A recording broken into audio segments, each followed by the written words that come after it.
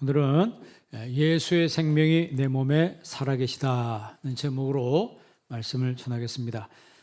4장 10절 말씀 한번 다 같이 읽어보겠습니다. 4장 10절입니다. 우리가 항상 예수의 죽음을 몸에 짊어지면 예수의 생명이 또한 우리 몸에 나타나게 하려 함이라. 아멘. 우리가 항상 예수의 죽음을 몸에 짊어진다, 이 말은 십자가를 진다 이 말이죠.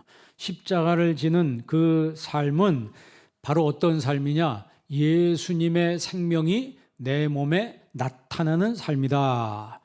이렇게 10절에 예수님의 생명이란 말은 7절 말씀에 보배란 말씀과 같은 것이고, 10절 말씀에 우리의 몸은 7절 말씀에 질그릇과 같은 것을 의미합니다.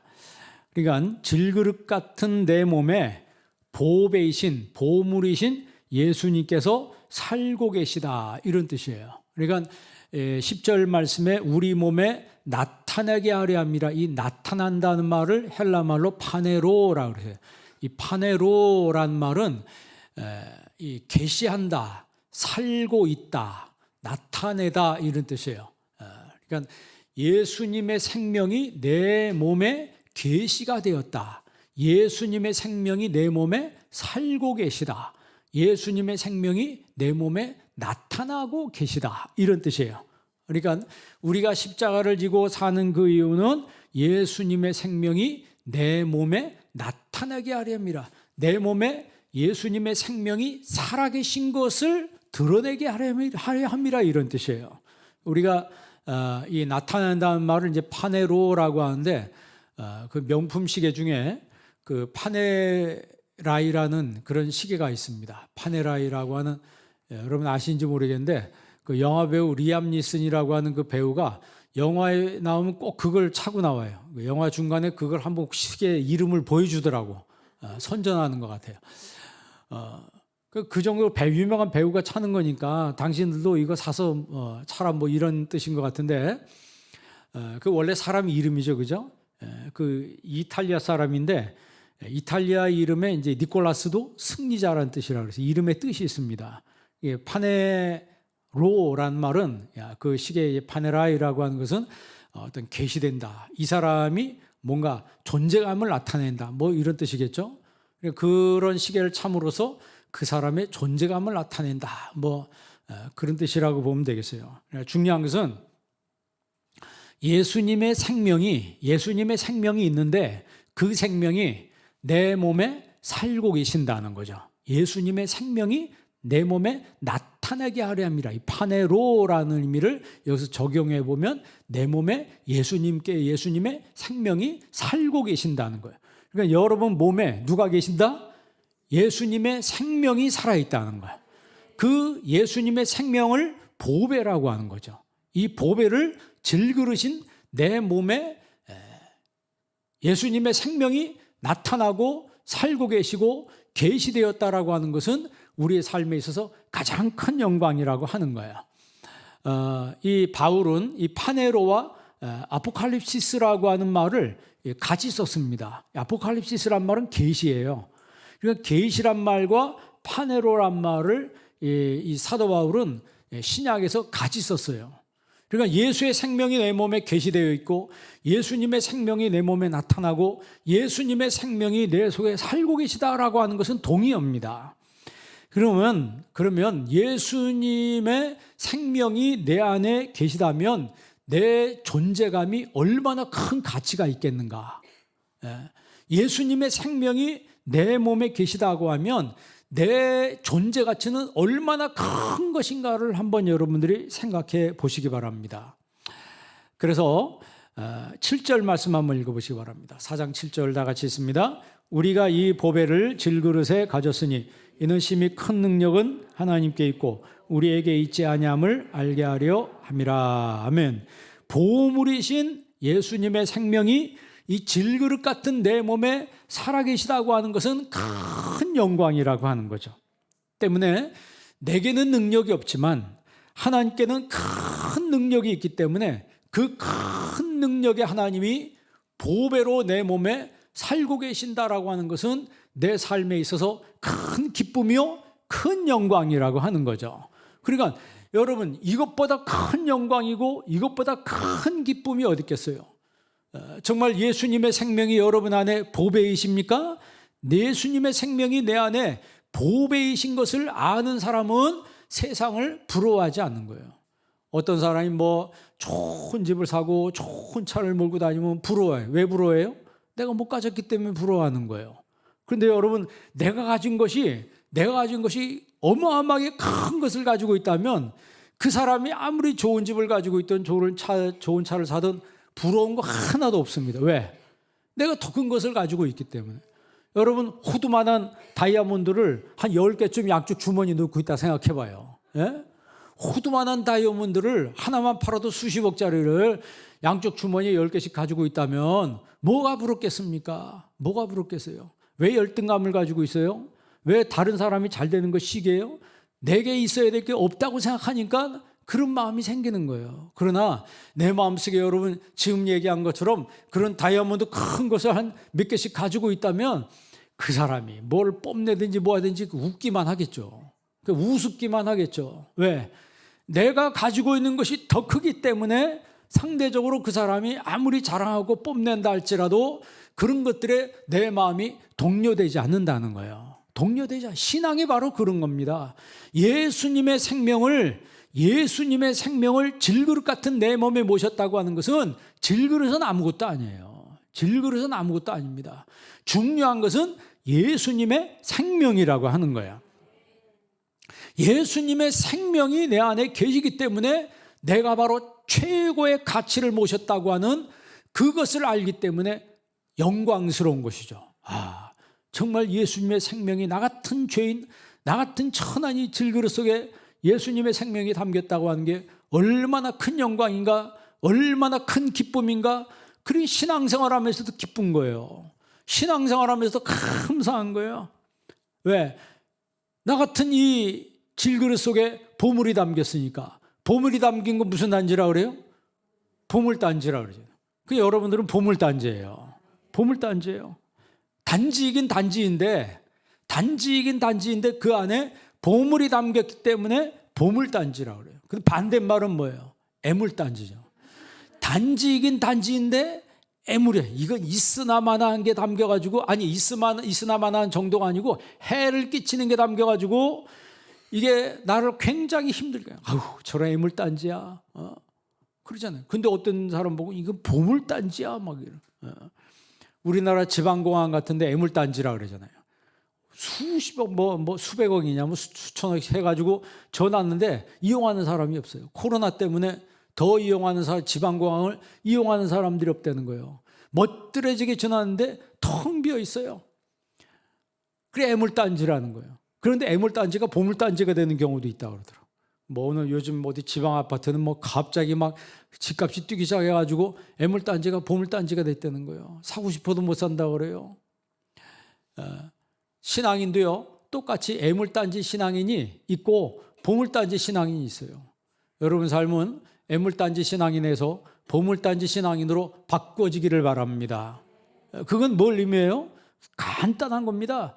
내 질그릇 같은 나에게 예수님만 모시면 되는 거예요. 질그릇 같은 나에게 예수님만 모시면 그게 바로 보물단지가 되는 거예요. 우리가 이 보배를 질그릇에 가졌으니 이미 이는 능력의 힘이 큰 것은 누구에게 있고 하나님께 있고 나에게 있지 아니함을 알게 하려 함이라 그랬어요. 그러니까 내 안에 보배이신 예수님을 담은 사람은 능력이 나한테 있지 않고 누구한테 있다? 하나님께 있다는 것을 인정하는 사람이에요. 그러니까 교만하지 않습니다. 우리 질그릇 같은 몸은요, 가만 내버려두면 이 안에 욕심이 담겨져 있고 이기심이 담겨져 있어요. 이 안에 교만이 담겨져 있고 이 안에 시기와 질투하는 마음이 잔뜩 담겨져 있어요.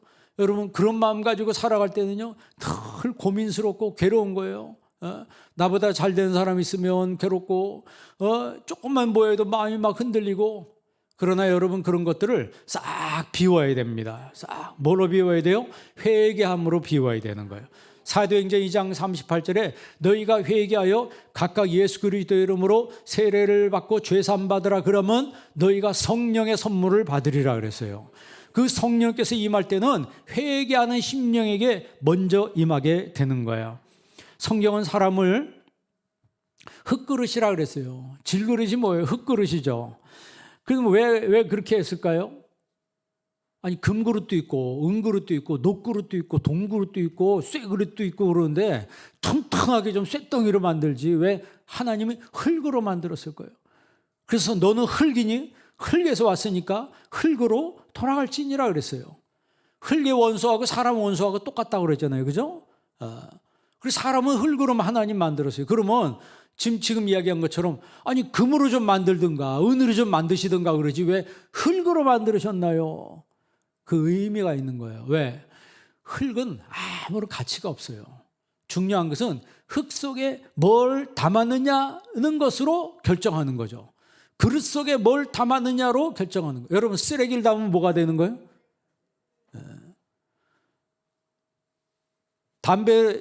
재를 담으면 뭐가 되는 거예요? 재떨이가 되는 거예요. 술 담으면 뭐가 되는 거예요? 술잔 되는 거예요. 주스 담으면 주스잔 되는 거예요. 그러나 예수님 모시면은 보물단지가 되는 겁니다. 그래서 이 보배를 질그릇에 가졌으니 흙은 값이 나가는 물건이 아닙니다. 그러나 보물을 담는 순간에 가치가 달라지는 거예요. 보물을 담는 순간에 가치가 달라지는 것처럼 우리는 질그릇 같은 존재이지만 보물이신 보배이신 예수 그리스도를 내 안에 예수님의 생명이 내 안에 올 때 우리의 가치는 천문학적인 가치가 된다는 거예요. 그래서 우리가 살아갈 때 예수 믿는 사람들은 당당하게 큰 자존감을 가지고 살아가야 된다는 거예요. 질그릇 같은 내 심령 속에 하나님의 능력이 있다고 하는 것을 내가 알고 하나님의 능력을 신뢰할 때 내 삶 속에 보배의 그 가치를 우리가 진정으로 인정할 수 있게 되는 거예요. 아, 내 안에 계신 예수님의 가치가 이 정도의 가치로구나. 어느 정도 가치예요? 여러분 안에 계신 예수님의 가치가 어느 정도의 가치예요? 사람은요, 그 가치에 걸맞게 행동을 합니다. 그 가치에 걸맞게 행동하는 거예요. 예수님 믿는 신앙의 가치가 천이고 만이고 그렇게 생각한다면 신앙생활도 천이고 만의 가치에 걸맞게 행동을 합니다. 그러나 예수님의 그 가치가 10이라고 생각하는 사람은 그냥 10의 가치밖에 행동을 안 해요. 신앙생활은 자기가 생각하는 만큼 합니다.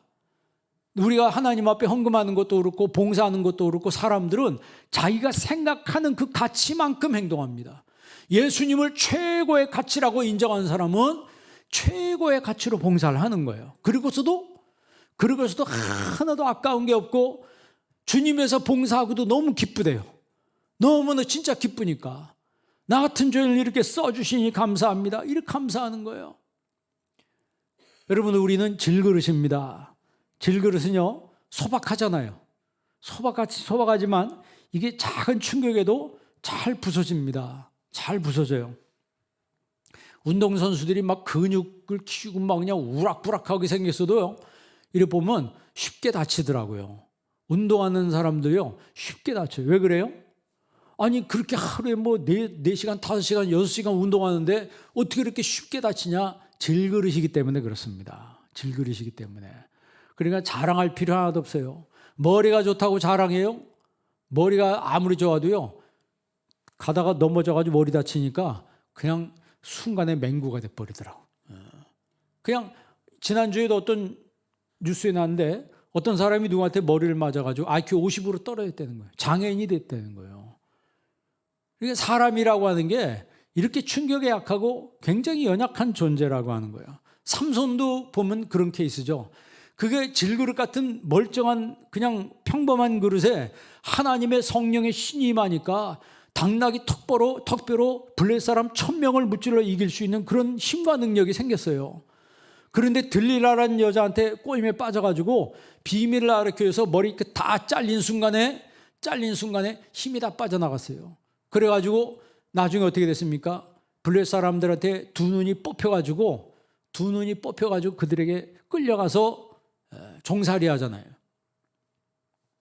하나님의 신이 그에게 임했을 때는 어마어마한 능력을 행했는데 하나님의 신이 그에게서 떠나가니까 아무런 힘을 발휘하지 못하는 그런 존재가 되어버리고 말더라는 거예요.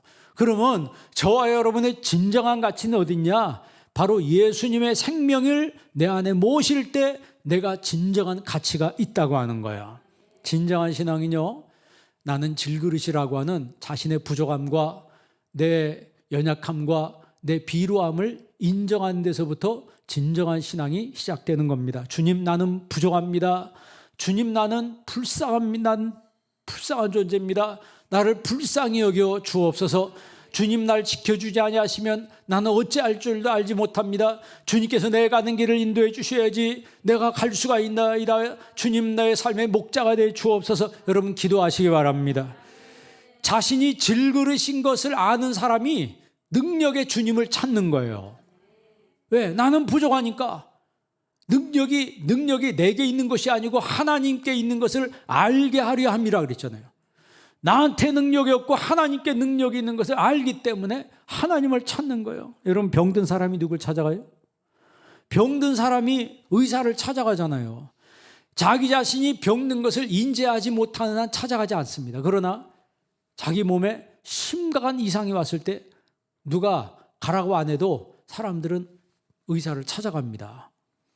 이처럼 우리의 사람을 지으신 창조주 하나님이 우리의 모든 걸 다 알고 진정으로 나를 고칠 수 있는 분은 하나님이신 걸 아는 사람들은, 자신이 하나님이 질그릇으로 만들었다는 것을 아는 사람들은 자기의 부족함과 연약함을 알기 때문에 늘 하나님을 찾아간다는 거예요. 늘 하나님을 찾아가.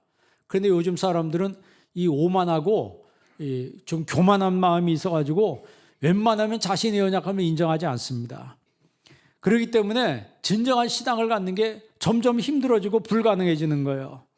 여러분, 신앙생활은요, 하나님, 나는 질그릇같이 연약한 존재입니다 라고 하는 것을 인정하는 거예요. 그래서 하나님, 나를 불쌍히 여겨주세요. 나를 도와주세요. 여기서부터 신앙이 시작되는 거라 그랬어요. 이렇게 고백하는 사람들, 그렇게 고백하는 그 사람들에게 하나님이 진정한 보배가 되시는 거예요. 이런 주님의 생명이, 예수의 생명이 내 안에 있다고 하는 것을 알고 예수의 생명이 내 안에 살아계시다라고 하는 것을 아는 사람들은 추워에 흔들림이 없이 하나님을 믿으면서 살아가게 되는 것이죠. 신자는 내 안에 예수의 생명이 있다는 것을 알 때 그때 힘이 생기는 거예요. 우리의 힘은 언제 생긴다고요? 예수님의 생명이 내 안에 계시다라고 하는 것을 알 때부터 생기기 시작한다는 거예요. 여러분 안에 예수의 생명이 있다는 걸 믿으시길 바랍니다. 여러분, 기도하러 성전에 올라가던 베드로와 요한이 안진뱅이를 만났습니다. 안진뱅이가 구걸을 합니다. 그랬더니 베드로가 말해요. 내게 있는 것으로 내게 주노니 은과 금은 내게 없지만 나 아무것도 없어. 그러나 내게 있는 것이 있다는 거예요. 내 안에 있다는 거예요. 뭐가 있어요? 내게 있는 것으로 내게 주노니 나사렛 예수의 이름으로 일어나 걸어라 그랬어요. 내게 있는 것이 뭐예요? 예수의 이름이라고 하는 거예요. 그 예수의 이름으로 선포하는 순간 안진뱅이가 일어나서 걷고 뛰더라는 것이죠. 내게 능력 주시는 자 안에서 내가 모든 것을 할 수 있다.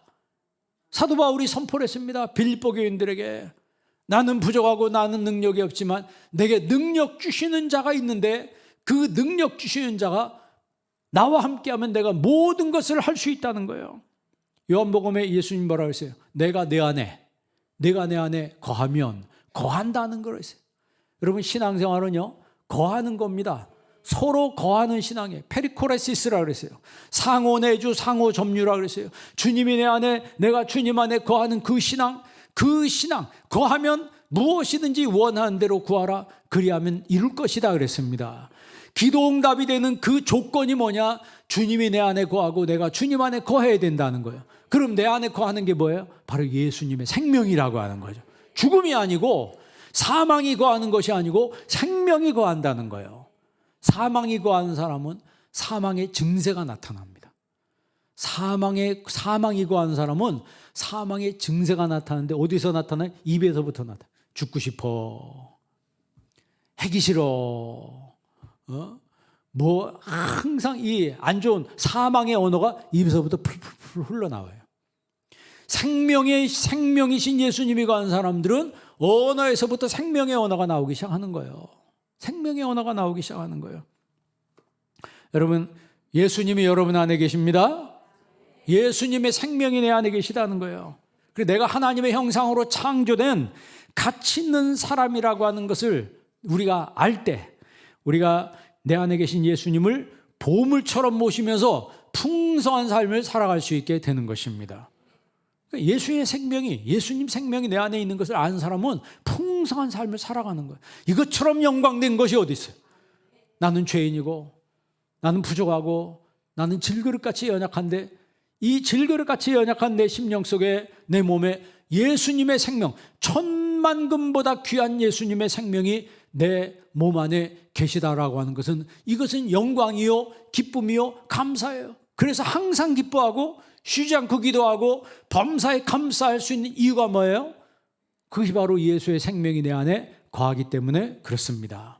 그런데 불행하게도 사람들은 이런 예수님의 생명이, 보물이 내 안에 있는지도 알지도 못하고, 이런 것들이 있는지도 알지도 못하고 살아가기 때문에 항상 외적인 것만 따집니다. 몸짱, 얼짱 하는 게 뭐예요? 전부 다 이 질그릇 몸뚱이 가지고, 이 몸뚱이를 가지고 어떻게 잘해보려고 하고 수술을 하고 이거 가지고 뭐 막 어떻게 합니다.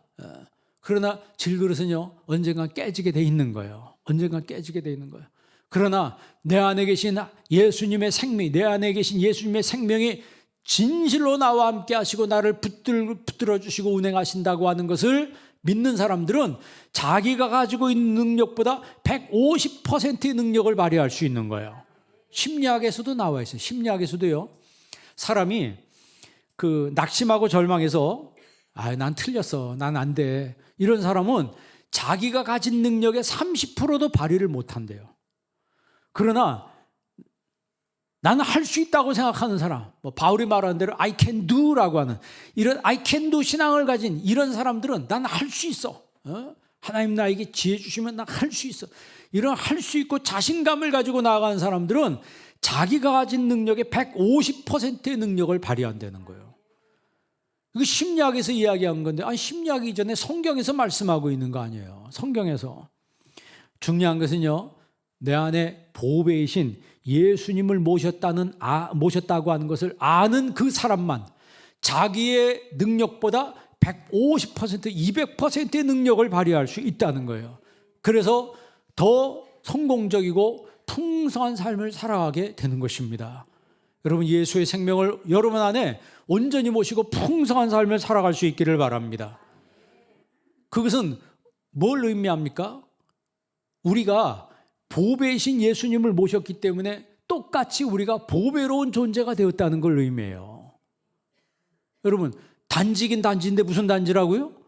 보물단지예요. 같이 귀중한 거예요. 같이 귀중한 거예요. 그리고 예수님을 믿는 우리들을 주님께서 보배롭게 여기신다 그랬어요. 여러분, 신명기 26장 18절 한번 읽어보세요. 신명기 26장 18절 다 같이 읽습니다.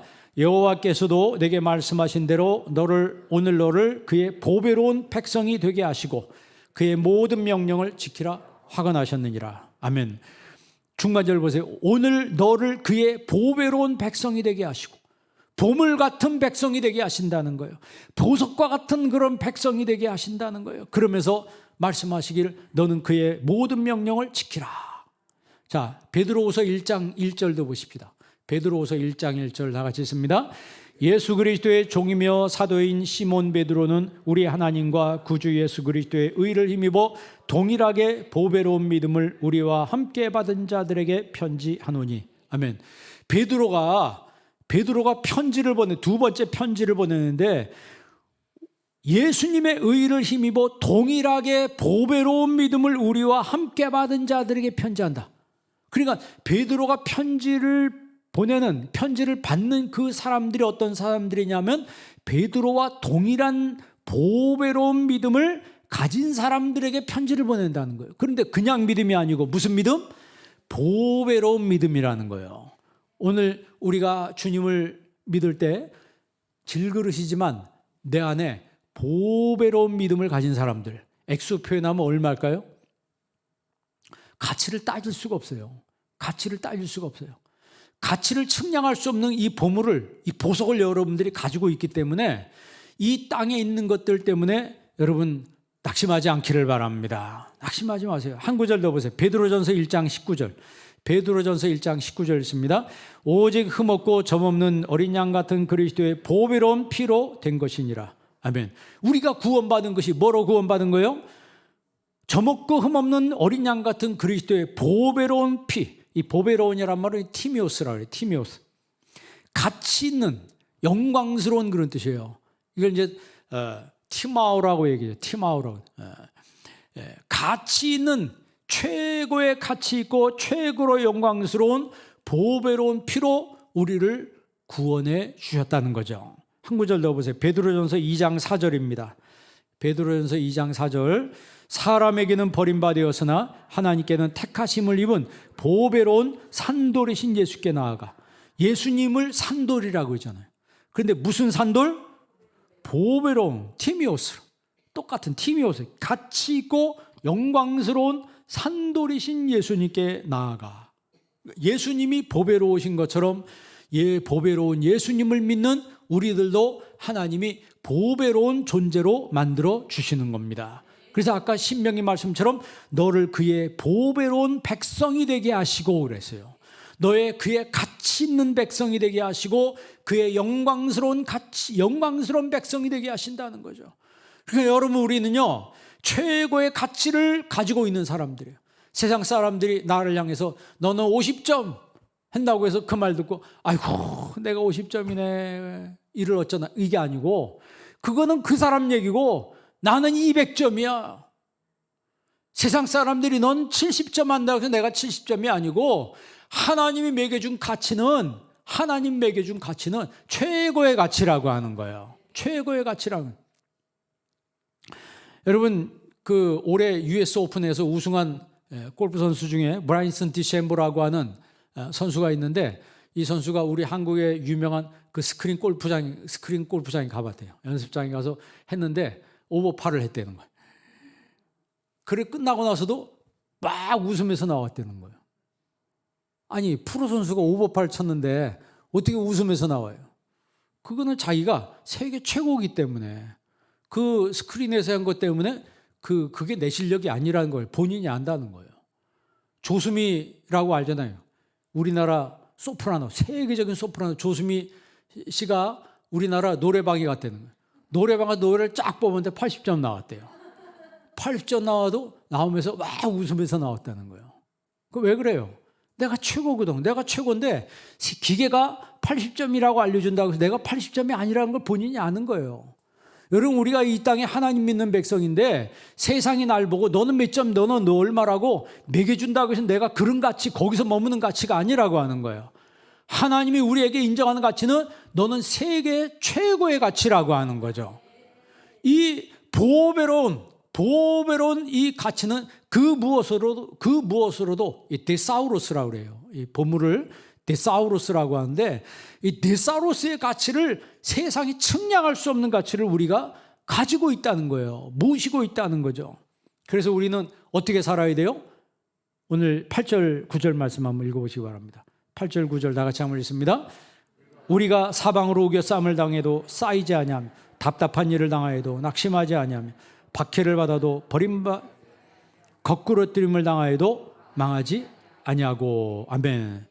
여러분, 예수님의 생명이 질그릇 같은 내 안에 담겨져 있다고 믿는 사람들은 쉽게 넘어지지 않습니다. 쉽게 넘어지지 않는 거예요.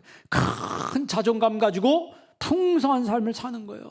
좀 전에 얘기한 것처럼 세상이 어쩌고 날 보고 어쩌고 손가락질하고 너는 몇 점 해도 그런 거 신경 쓰지 않고 마이 웨이, 주님 안에서 나는 내 길을 걸어가게 되는 거예요. 여러분도 신앙 안에서 마이 웨이 하시기 바랍니다.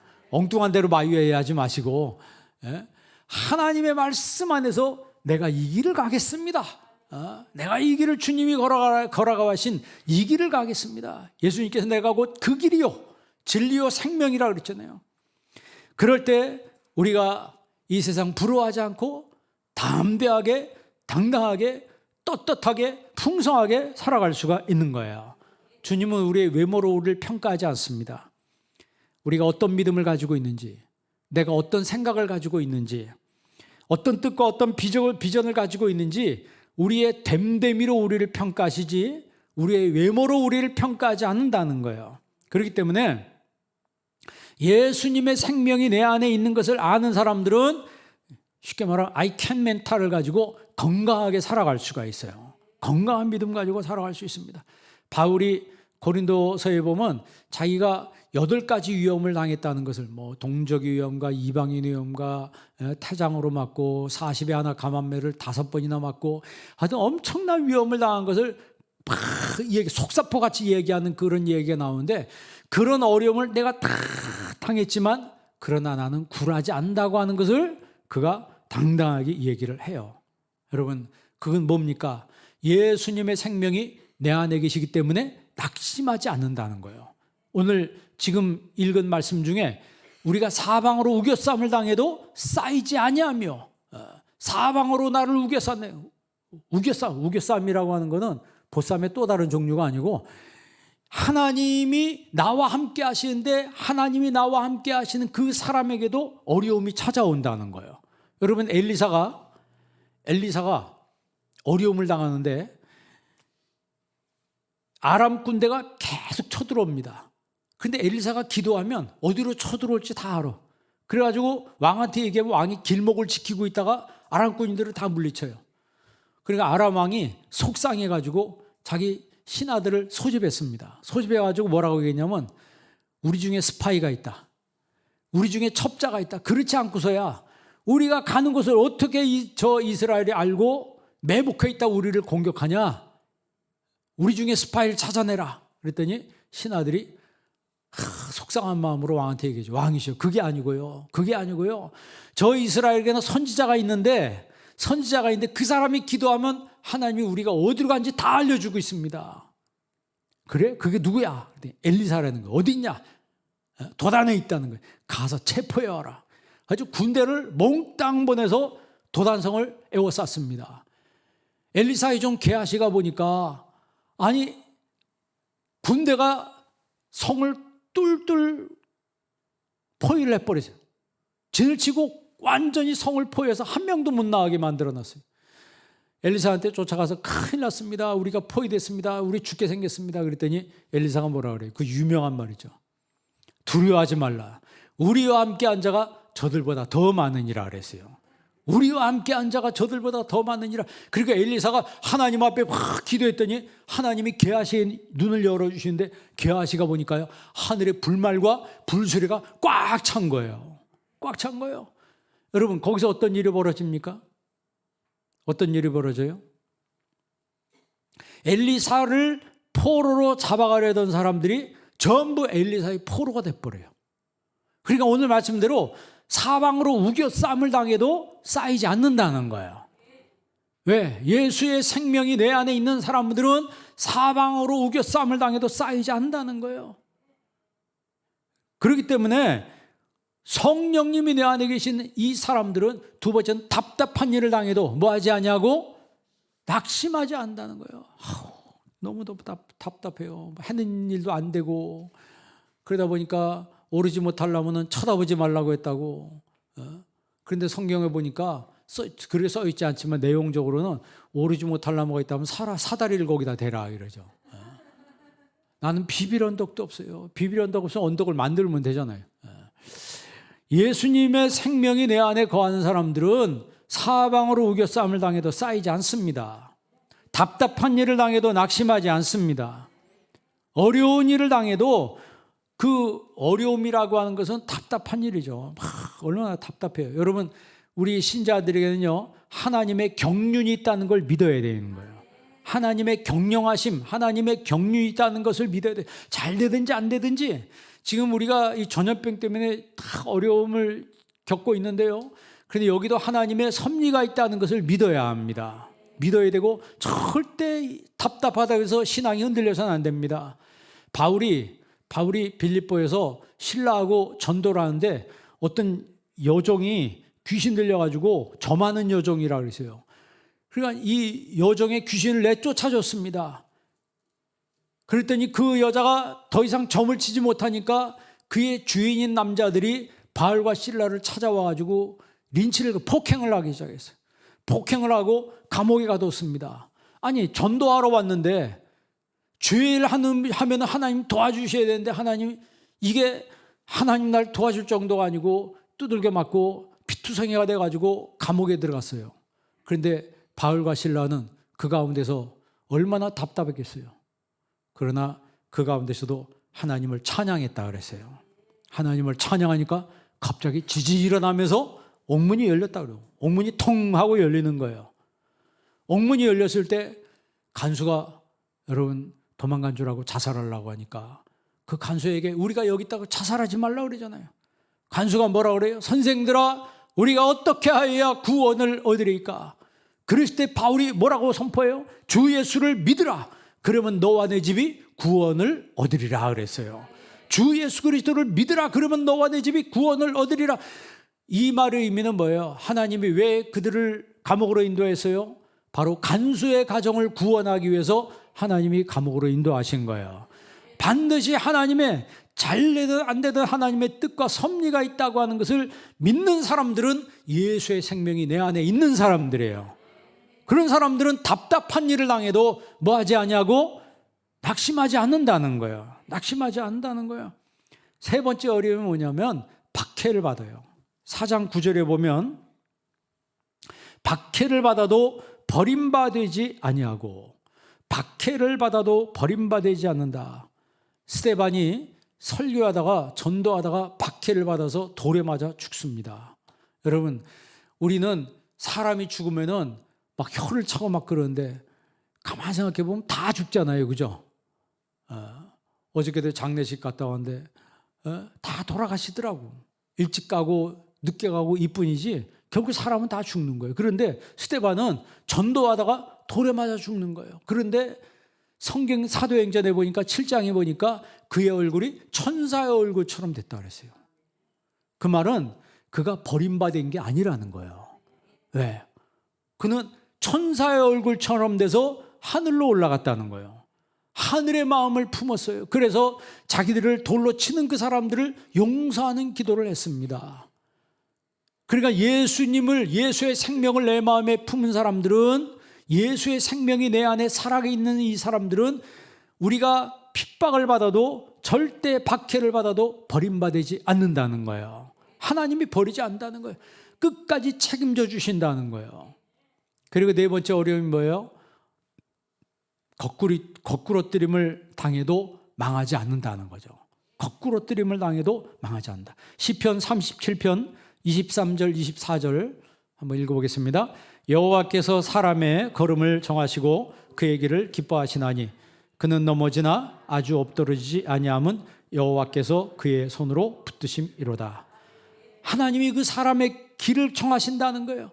하나님이 그 길을 기뻐하신다는 거예요. 그래서 그가 넘어지나 거꾸로뜨림을 당하나 똑같은 거예요. 아주 엎드러지지 아니함은, 그 말은 뭐예요? 마침내는 하나님이 그의 손으로 붙들어 주신다는 거죠. 그의 손으로 붙들어 주신다는 거예요. 잠언서 24장 16절 읽어보세요. 잠언서 24장 16절 읽습니다. 대저 의인은 7번 넘어질지라도 다시 일어나려니와 악인은 재앙으로 말미암아 엎드러지느니라. 악인들은, 불신앙인들은 넘어지지만 하나님의 의인은 7번 넘어져도 다시 일어난다는 거예요. 여러분, 넘어져도 다시 일어나는 여러분 되시길 바랍니다. 다시 일어나는 사람, 다니엘이 그런 사람 아니에요. 거꾸로뜨림을 당해도, 다니엘은 거꾸로뜨림을 당했습니다. 왜? 다니엘을 시기한 사람들이 다니엘을 죽이기 위해서 모함을 해서 결국 성공해서 그들이 준비한 사자굴 속에 집어넣었어요. 사자굴 속에 들어갔어요? 안 들어갔어요? 들어갔습니다. 그 거꾸로뜨림을 당한 거예요. 그러나 오늘 성경에 보니까 망한다 그랬어요? 안 망한다 그랬어요? 망하지 않았습니다. 사자굴 속에 들어갔는데 하나님이 천사를 보내서 사자의 입을 다 막아버렸어요. 그리고 그 다음날 다니엘은 사자굴 속에서 나오고, 그를 괴롭혔던 사람들이 사자굴 속에 다시 다 대신 들어갔습니다. 거꾸로뜨림을 당하지만 망하지 않는다는 거예요. 끝까지 가봐야 된다는 거예요. 그러니까 인생은 길게 봐야 되는 거예요.